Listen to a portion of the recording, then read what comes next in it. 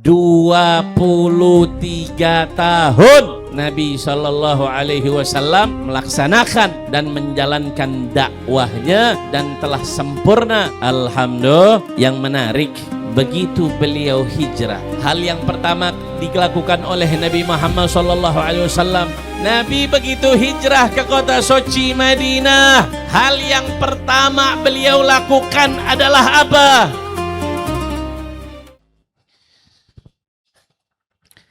Bismillahirrahmanirrahim. Assalamualaikum warahmatullahi wabarakatuh.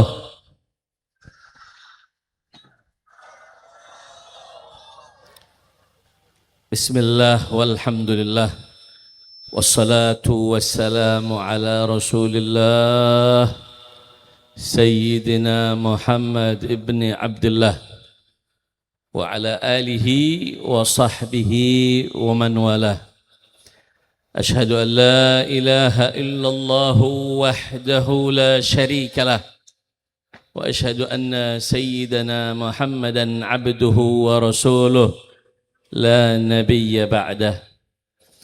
Allahumma salli wa sallim wa barik wa karrim wa azzim على سيدنا ونبينا محمد وعلى آله الطيبين الطاهرين وأصحابه غر الميامين ومن تبعهم بإحسان إلى يوم الدين. أما بعد، سيادة الحبائب الشرفاء وسعادة المشايخ الكرماء وجميع الحاضرين والحاضرات السعداء رحمكم الله. Kepada para tuan-tuan guru, para masyayikh, para sesepuh, para ajengan, para tokoh masyarakat, para kiai, wabil khusus Imam Front Persaudaraan Islam, yaitu di Pulau Madura, Al-Habib Ali Zainal Abidin Al-Jufri, dan juga segenap besar keluarga, yaitu guru kita Habib Rizik Syihab, ada Habib Muhammad bin Hadi Al-Habsyi, ada Habib Hussein bin Anis As-Saggaf, ada juga Habib Ali bin Alwi Al-Attas, dan juga kepada Kiai Haji Abdul Aziz Muhammad Syahid, dan tidak lupa ada juga Ketua DPD FPI Madura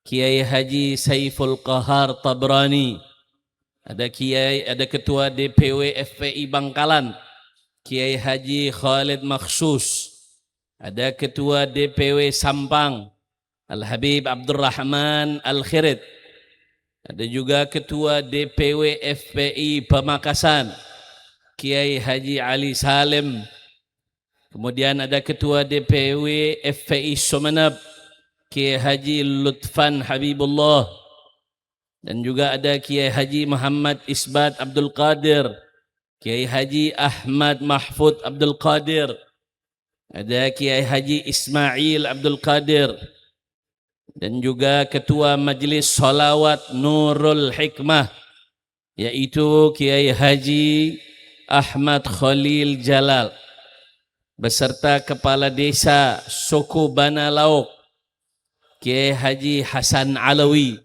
dan juga Sahibul Bait Haji Sunardi, dan juga kepada segenap panitia yang menyelenggarakan acara pada malam hari ini. Kita doakan semuanya agar Allah Subhanahu wa taala mempermudah urusannya, dimudahkan rezekinya, bahagia di dunia dan akhirat. Amin ya rabbal ahibba'il kiram. Alhamdulillah, ya, sesuai daripada tema, yaitu tablik akbar pada malam hari ini. Ini sambil kita nunggu imam besar, ya, sambil nunggu imam besar datang, insya Allah sehat walafiat, beliau bisa bertemu dan bisa memberikan nasihat kepada kita semua. Amin ya rabbal alamin. Ahibba'il kiram, berkaitan dengan tema pada malam hari ini yaitu menyambut apa namanya? Memperingati tahun baru Islam. Ya, memperingati tahun baru sekarang tahun berapa nih? 1447.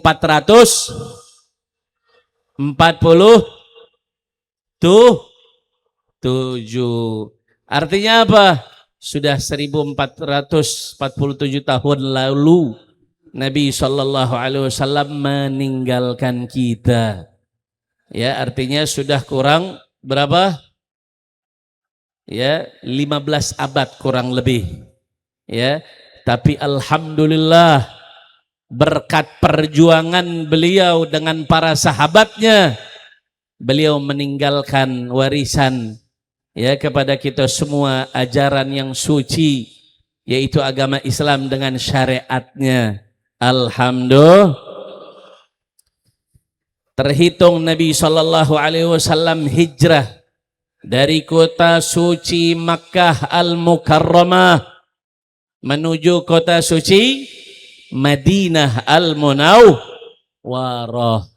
Ya, Nabi SAW begitu diangkat oleh Allah, begitu diangkat menjadi Nabi dan Rasul saat beliau berumur 40 tahun. Ya, pada saat beliau berumur 40 tahun, beliau diangkat, diberikan risalah dan nubuwah. Belum saat itu ibadallah dijadikan penanggalan Islam, belum. Ya, karena begitu Nabi SAW diangkat menjadi Nabi dan Rasul, beliau menjalankan tugasnya, yaitu berdakwah, mengajak manusia, khususnya kaum musyrikin yang ada di kota Makkah Al-Mukarramah untuk masuk ke dalam agama Islam. Tidak kurang dari 13 tahun ya Nabi berdakwah di kota suci Makkah Al-Mukarramah dengan berbagai macam rintangan yang beliau dapatkan, dengan berbagai macam halangan yang beliau hadapi, tapi sedikit pun tidak pernah mundur. Beliau selalu tegas dan tegar menghadapi segala macam ancaman di kota suci Makkah Al-Mukarramah. 13 tahun Nabi SAW mendapatkan berbagai macam ancaman pembunuhan. Sahabat-sahabat beliau ada yang disiksa, ada yang diancam dibunuh, termasuk beliau dan keluarganya. Tidak kurang dari 13 tahun. Ya. Nabi begitu melihat para sahabatnya yang lemah, yang tidak memiliki kekuatan. Mereka al-mustad'afin, menerima cobaan dari Allah Subhanahu wa taala, disiksa. Ya, ada yang sampai dibunuh dan syahid. Ya, sebagaimana kita tahu siapa yang pertama kali syahid dalam Islam? Seorang perempuan, ya, seorang budak perempuan, budak daripada Abu Jahal yang bernama Sumayyah radhiyallahu anha. Ya, dan juga suaminya. Nggak lama dari Sumayyah, Siti Sumayyah syahid, kemudian menyusul suami tercintanya yaitu Yasir. Mereka adalah terkenal sebagai keluarga Alu Yasir, yang Nabi SAW ketika melihat mereka disiksa, ya, yang hampir-hampir dibunuh, mereka katakan, Nabi SAW katakan, sabran ya ala Yasir, sabarlah hei keluarga Yasir, semoga Allah Subhanahu wa taala cepat memberikan pertolongannya. Ya, dua-duanya meninggal dunia di dalam Islam, ibadallah. Kemudian disusul dengan sahabat-sahabat lainnya. Nabi sedih, umatnya, sahabatnya diganggu, Ya, sampai-sampai dibunuh ibadallah. Kemudian Nabi SAW akhirnya diizinkan oleh Allah Subhanahu wa ta'ala untuk apa? Untuk pergi berhijrah. Selama kurang lebih Nabi di periode Makkah, yaitu 13 tahun lamanya. Ya, jadi periode dakwah Nabi di kota suci Makkah Al-Mukarramah itu selama 13 tahun. Ya, dengan segala macam ancaman dan semua suka duka yang Nabi terima ibadallah. Kemudian beliau begitu diizinkan oleh Allah Subhanahu wa taala untuk pergi berhijrah. Untuk pergi berhijrah. Kenapa Allah Subhanahu wa taala izinkan Nabi berhijrah ibadallah? Ini suatu hal yang merupakan pertolongan dari Allah Subhanahu wa taala. Ya, di mana Nabi sudah terancam, keluarganya, sahabatnya, sampai-sampai beliau ingin dibunuh oleh orang-orang kafir musyrik. Tapi semua itu dijaga oleh Allah Subhanahu wa taala sampai Nabi diizinkan untuk hijrah. Ya, yang saya mau sampaikan ada beberapa pelajaran ibadallah tentang Nabi SAW begitu beliau hijrah ke kota suci Madinatul Munawwarah. Nabi begitu hijrah dari kota Makkah ke kota suci Madinah, disitulah menjadi momentum yang sangat penting bagi umat Islam dan dimulai oleh Sayyidina Umar ibnul Khattab, yang mana beliau memilih untuk penanggalan daripada penanggalan khusus, yaitu penanggalan umat Islam, bukan yaitu melihat atau merujuk pada penanggalan seperti orang-orang yaitu Masehi, ya, orang-orang Nasrani yang memilih penanggalan itu dengan penanggalan miladiyah atau penanggalan dari perhitungan matahari. Bukan juga Nabi memilih penanggalan atau Sayyidina Umar memilih penanggalan itu dari penanggalan-penanggalan dari umat lainnya ibadallah. Tapi dipilihlah penanggalan bagi umat Islam adalah saat Nabi hijrah ke kota suci Madinatul Munawwarah. Periode saat Nabi hijrah, saat Nabi hidup di kota suci Madinah Al-Munawwarah itu tidak kurang dari 10 tahun lamanya.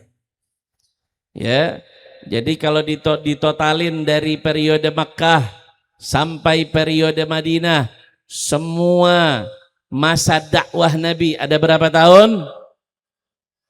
Ada berapa tahun? 13 tambah 10 berapa? 13 tambah 10 tahun berapa? 23 tahun Nabi SAW yaitu melaksanakan dan menjalankan dakwahnya, dan telah sempurna selama 23 tahun. Alhamdulillah.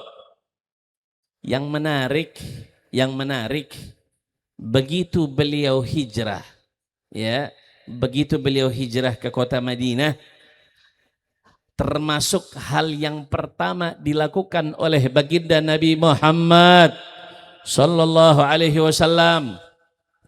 Hal yang pertama dilakukan oleh Nabi Muhammad sallallahu alaihi wasallam, apa yang dilakukan pertama kali oleh baginda Nabi? Bu, ibu lemes banget. Bu, ya, begitu semangat. Nabi begitu hijrah ke kota suci Madinah, hal yang pertama beliau lakukan adalah apa? Membangun Masjid. Beliau bangun masjid. Untuk apa? Untuk mempersatukan daripada kekuatan Islam. Beliau membangun masjid untuk memperkuat daripada ukhuwah al-islamiyah. Beliau membangun masjid, tentunya itu perintah dari Allah Subhanahu wa ta'ala. Ya. Jadi begitu Nabi SAW sampai di kota Madinah, dibangunlah masjid. Masjid apa namanya? Masjid Quba. Masjid Quba. Ya, Quba itu berada di desa. Ya, sebelum masuk kota Madinah ada masuk namanya desa Quba. Nah, biasa yang suka umroh itu tahu. Ini udah pada umroh belum?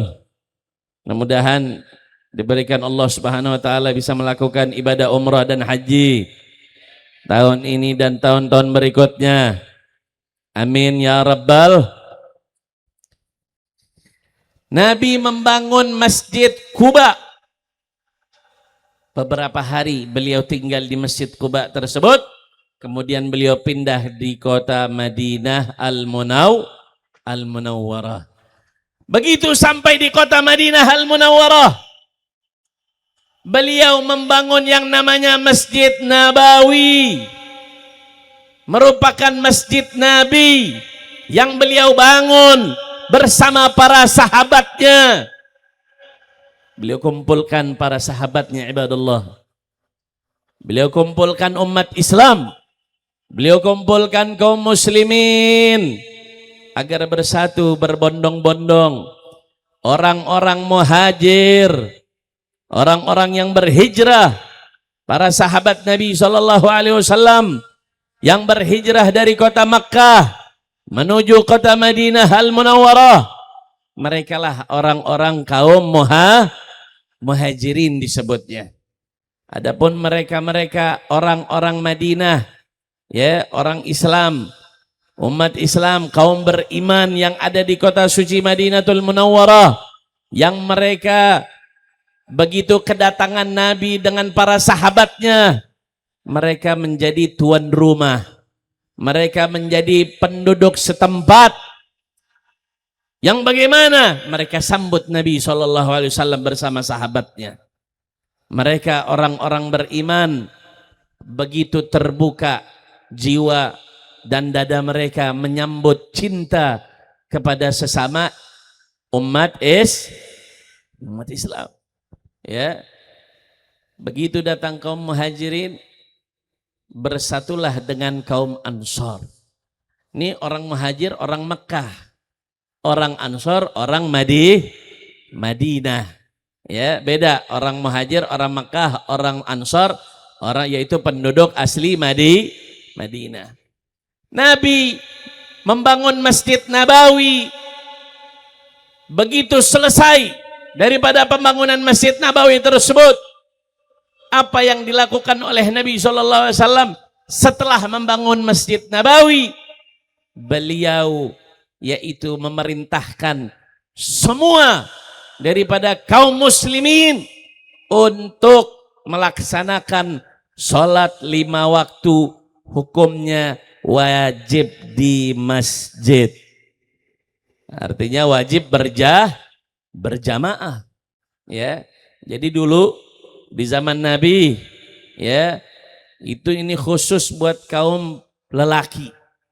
Itu hukumnya wajib. Ya, hukumnya wajib bagi kaum muslimin untuk sholatnya di dalam masjid. Ya, mereka harus sholat berjamaah.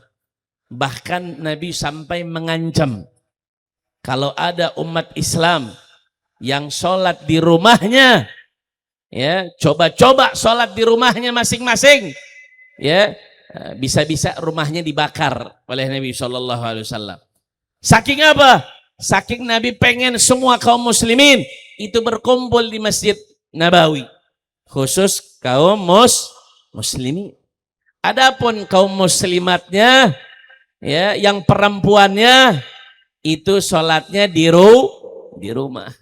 Ya, walaupun sekarang hukumnya kita madhab Imam Syafi'i dia tetap membolehkan bagi laki-laki untuk sholat di rumah, ya, atau untuk sholat sendiri atau sholat jamaah. Tapi afdolnya sholat di masjid secara berjamaah. Ya, tapi saat itu hukum yang berlaku adalah wajib bagi umat Islam saat itu untuk sholat 5 waktu berjamaah di masjid. Singkat cerita, setiap sholat 5 waktu, ya, sholat wajib ada 5 waktu, ya, sholat subuh bareng, sholat duhur berjamaah, sholat asar berjamaah, sholat maghrib berjamaah, sholat isya berjamaah. Tiap hari kaum muslimin, orang muhajirnya dan orang ansornya, setiap harinya sholat 5 waktu di masjid. Setiap harinya kurang lebih 5 kali dia ketemu di masjid. Kita kalau tiap hari ketemu, yang nggak kenal menjadi kenal, betul? Betul. Yang sudah kenal tambah betul? Tiap hari 5 kali di masjid, sekurang-kurangnya, ya, belum lagi yang nongkrong di masjid, nggak pulang lagi, betul? 5 kali kurang lebih, sekurang-kurangnya 5 kali di masjid. Fulan ketemu dengan fulan, sahabat muhajir ini ketemu sahabat ansor ini. Setiap harinya dia ketemu dengan orang tersebut yang tadinya nggak kenal menjadi kenal, yang tadinya sudah kenal menjadi cinta, yang tadinya cinta akhirnya menjadi sayang. Alhamdulillah. Bagus tidak? Ini siasat dari Nabi Shallallahu Alaihi Wasallam. Lihat bagaimana pintarnya Nabi SAW. Cerdasnya Rasulullah. Bagaimana beliau ingin mempersatukan umat. Beliau bangun dulu pondasinya.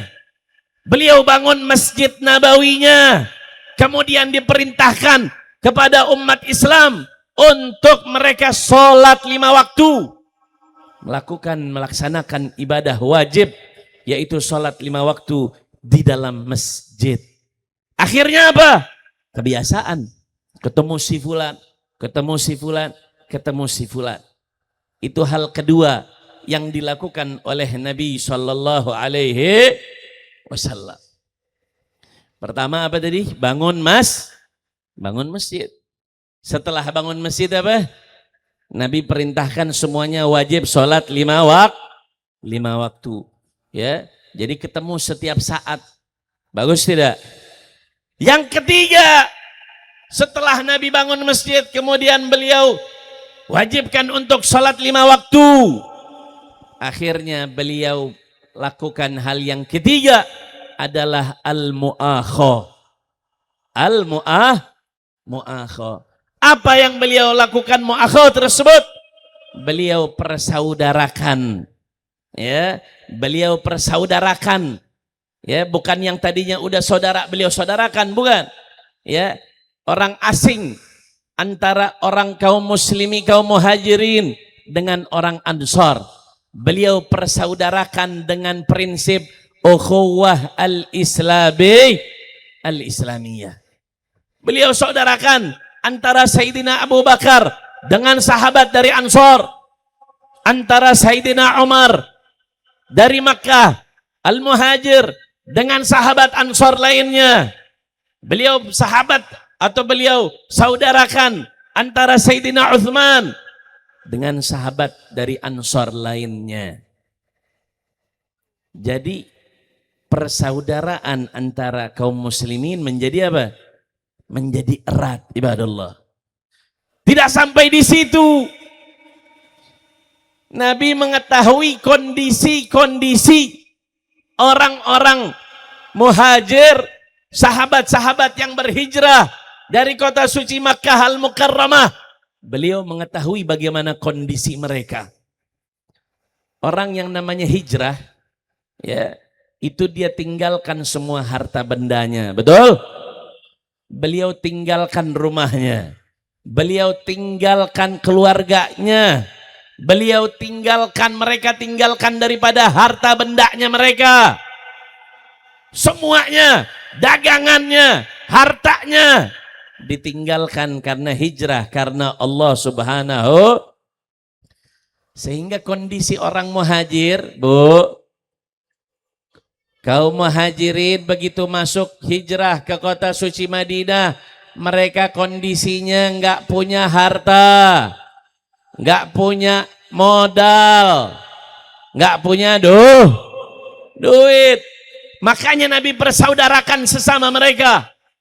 Sampai-sampai ibadallah, lihat bagaimana Nabi SAW hikmahnya, begitu beliau persaudarakan di antara mereka, di antara kedua orang kaum beriman, antara muhajir dan kaum ansor.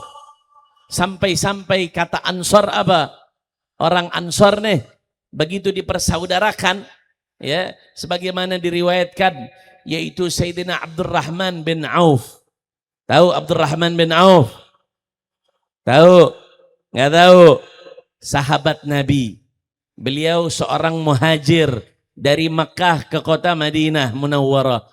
Hijrah, nggak memiliki harta, nggak bawa harta. Beliau miskin. Padahal dulu saat di kota Mekah Al-Mukarramah beliau seorang saudagar kaya.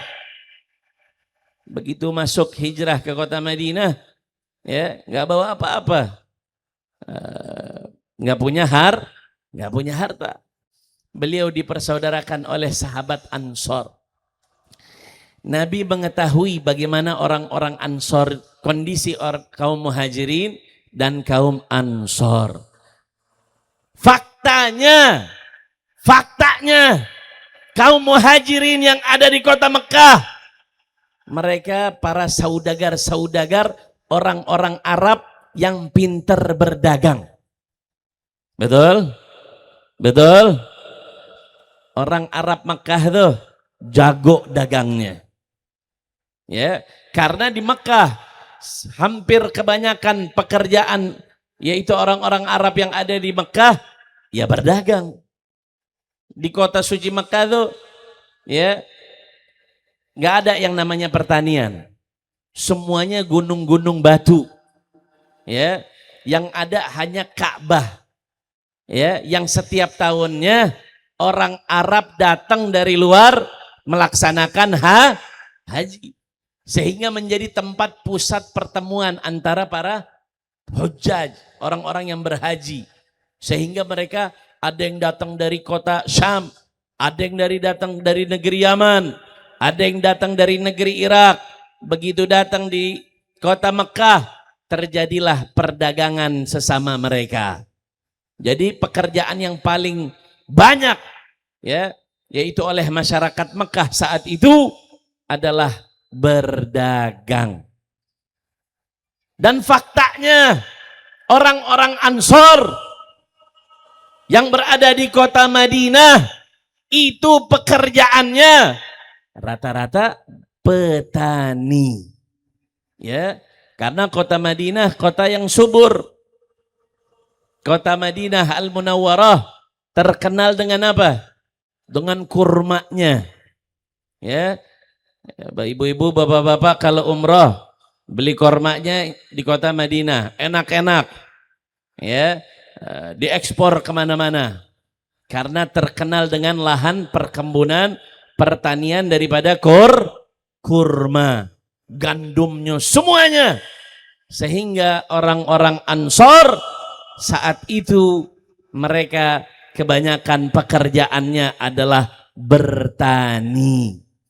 Adapun pasar-pasar perekonomian yang dikuasai di kota Madinah itu bukan oleh orang Ansor, melainkan oleh orang-orang Yahudi. Ya, di kota Madinah sebelum Nabi SAW hijrah itu sudah ada suku-suku Yahudi. Ada 3 suku Yahudi. Ada suku Bani Quraidah, ada suku Bani Qainuqa, ada suku Bani An-Nadhir. Tiga-tiganya mereka adalah yaitu suku Yahudi yang mereka menguasai daripada yaitu perekonomian yang ada di kota suci Madinah. Sehingga Nabi SAW dengan beliau mempersaudarakan antara kaum muhajirin dengan orang Ansor. Salah satunya, lihat bagaimana Abdurrahman bin Auf begitu dipersaudarakan oleh orang Ansor. Oleh orang Ansor tersebut dipanggil Abdurrahman bin Auf ke rumahnya. Dia katakan apa? Hei Abdurrahman, ini hartaku. Dibuka lemarinya, dikasih lihat duit. Ini hartaku, dibagi setengah. Setengahnya buat aku, setengahnya buat engkau. Ini rumahku ada 2. Hei Abdurrahman, 1 buat saya, 1-nya lagi dibagi buat Abdurrahman bin Auf. Udah hartanya dibagi, rumahnya dibagi. Bahkan saking dahsyatnya sampai apa? Sebagaimana diriwayatkan, ya, sahabat Ansor memiliki istri 4. Istrinya dibagi, 2 diambil, 2 lagi diberikan kepada Abdurrahman bin Auf. Subhanallah. Ya, tapi dicerai dulu. Ya, bukan main nikah aja. Diceraiin dulu. Kemudian setelah cerai, iddah selesai, diberikan dinikahi oleh Abdurrahman bin Auf. Dibagi hartanya, dibagi daripada rumahnya, dibagi pada istrinya. Tapi sungguh pun begitu, Abdurrahman bin Auf menolak. Ya, Abdurrahman bin Auf menolak. Kata Abdurrahman bin Auf apa? Saya tidak butuh hartamu. Saya tidak butuh hartamu. Saya nggak membutuhkan daripada rumahmu. Saya tidak juga membutuhkan daripada istri-istrimu. Itu saking apa? Saking cintanya kepada saudara yang telah dipersaudarakan oleh baginda Nabi Muhammad sallallahu alaihi wasallam. Tapi yang diminta oleh Abdurrahman bin Auf apa? Oh, yang diminta oleh Abdurrahman bin Auf apa? Abdurrahman bin Auf bilang apa? Dullani ala suq.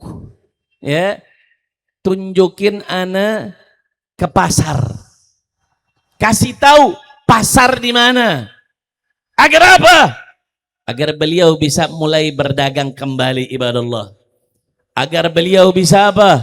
Bisa yaitu berdagang, menjalankan perdagangan seperti sebagaimana yang beliau lakukan di kota Mekah. Itulah mereka-mereka, yaitu para saudagar-saudagar yang berhasil, yang telah dipersaudarakan oleh baginda Nabi Muhammad sallallahu alaihi wasallam. Di sana ada Sayyidina Abdurrahman bin Auf. Ada juga daripada Sayyidina Uthman bin Affan radhiyallahu taala anhum, yang mereka berhasil menjadi saudagar-saudagar. Mereka berhasil menjadi pedagang-pedagang kaya yang ada di kota suci Madinatul Munawwarah. Alhamdulillah.